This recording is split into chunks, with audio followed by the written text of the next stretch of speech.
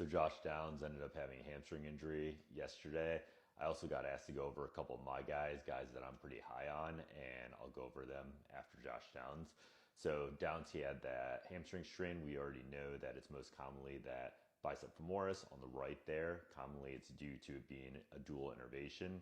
Hamstrings get injured on the lengthening phase. So when that leg is extending, that's the most common time when they get injured. Now, the average NFL absence, about 3 weeks or about 12 days. I would be kind of concerned about Josh Downs missing the first game of the regular season. With that being said, I would say that this is a mild injury concern for him, meaning that I would probably bump him down about half a round. I still do think he's a great flex and should be able to get you a good amount of PPR points this season. I'm not drafting him significantly later just because of this hamstring injury, but do expect he might miss the first season. The first of my guys I'm going to go with is my guy KW9, former Michigan State Spartan, should have been a Heisman finalist. He suffered a couple of missed games last season with that oblique strain, but overall he still did really well. He's been missing a couple practices in this preseason with some foot soreness, and they've been managing his load. Some positives about it are that they said they're going to model their offense more after the San Francisco offense, which is a lot more run heavy. They've also been scheming a lot more around him, and also Kubiak, their new offensive coordinator, has been saying they're going to do a lot more runs. I'm not really worried about this foot injury. It does seem like they're just taking the appropriate amount of rest. When looking at last season, taking away games missed, Kenneth Walker averaged about 16.5 PPR points per game.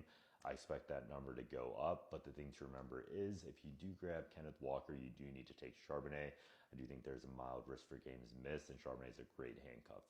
Next up, another one of my guys, Stefon Diggs. Everyone's worried that he's going to miss week one, but you're not drafting Stefon Diggs for week one.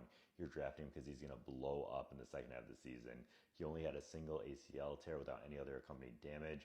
He had it early enough in the season last season that he's had plenty of time to recover, and his ADP is prime in those middle rounds to really grab you a possible wide receiver one at the end of the season. Last of my guys is the wide receiver to own in the San Francisco's offense. I've already said how high I am on Kittle and CMC.